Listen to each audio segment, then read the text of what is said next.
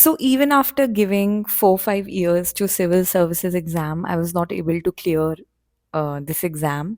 And अभी की stage ये है कि मेरे पास 3 अटेम्प्ट्स हैं, मेरे पास एक अच्छी खासी एज, अच्छे खासे ईयर्स हैं, 5-6 साल और हैं, but still I am not preparing any more. तो कई लोग मेरे से इस तरीके से क्वेश्चन पूछते हैं, कई लोग जो मुझे पर्सनली जानते हैं या फिर जो सोशल मीडिया पे मुझे फॉलो करते हैं, वो इस तरीके के क्वेश्चन पूछते हैं कि जब मेरे पास अटेम्प्ट्स हैं तो मैं क्यों अटेम्प्ट नहीं दे रही हूँ, व्हाट इफ़ अभी क्लियर हो जाए, व्हाट इफ़ लास्ट अटेम्प्ट में क्लियर हो जाए।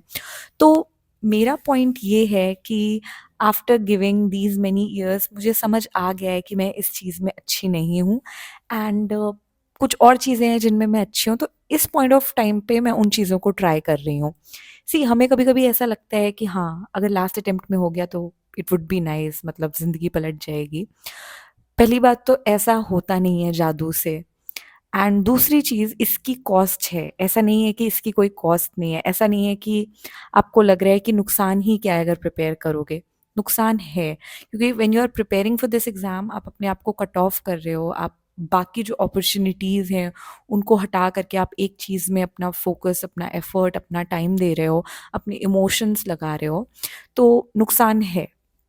बाकी मुझे ऐसा लगता है कि क्योंकि मुझे ऐसा रियलाइज़ हो गया था कि मैं इस चीज़ में अच्छी नहीं हूँ, मैं नहीं कर पाऊँगी, मैंने बहुत कोशिश की पर मैं नहीं उस तरीके से एफ़र्ट्स दे पाई।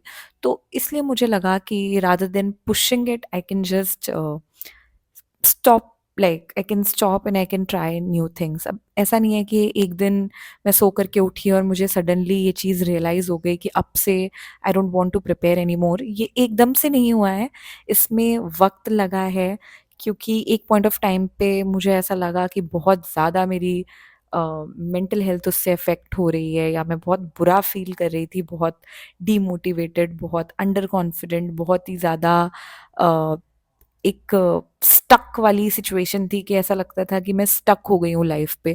तो इस तरीके की मेरे को मतलब फीलिंग्स थी, इस तरीके के मुझे थॉट्स थे।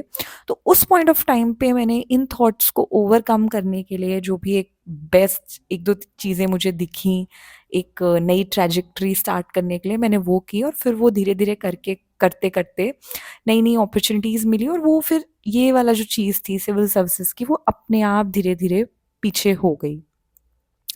तो मुझे ऐसा लगता है कि इनफैक्ट मेरे बहुत सारे ऐसे फ्रेंड्स भी हैं जो मेरे साथ प्रिपेयर कर रहे थे, उनमें से कुछ अभी भी प्रिपेयर कर रहे हैं, and they are also in the similar situation, they are also having the same situation like me। सी मुझे ऐसा लगता है ना कि कई बार हम अपने आप को एक्सेप्ट नहीं कर पाते। अगर आप थोड़े बहुत भी एक अच्छे स्टूडेंट हो, आपको बचपन से बता दिया गया है कि भाई सिविल सर्विसेज क्लियर करना, आपको भी लगता है कि हाँ आप कर लोगे, तो इस चीज़ को एक्सेप्ट कर पाना, पहले तो इस फेलियर को एक्सेप्ट कर पाना ये अपने आप में डिफ़िकल्ट है, एंड फिर ये एक्सेप्ट कर पाना कि I was not good at it, ये एक्सेप्ट कर पाना एक बहुत मुश्किल चीज़ है। बट अगर हम इस चीज़ को एक बार एक्सेप्ट कर लें कि ठीक है, मैं इसमें अच्छी नहीं हूँ, बट और चीज़ें हैं जिसमें मैं अच्छी हूँ, जिसमें मैं कुछ कर सकती हूँ, तो आई थिंक इससे आप पुश नहीं करोगे किसी चीज़ को, और इससे आप ओके फील करोगे। मतलब इसमें कुछ बुराई नहीं है ये एक्सेप्ट करने में कि मैं इस चीज़ में अच्छी नहीं हूँ। इसका मतलब ये नहीं कि मैं अच्छी नहीं हूँ, इसका मतलब ये है कि मैं इस चीज़ में नहीं अच्छी हूँ, कोई और चीज़ें होंगी जिनमें मैं अच्छी होंगी।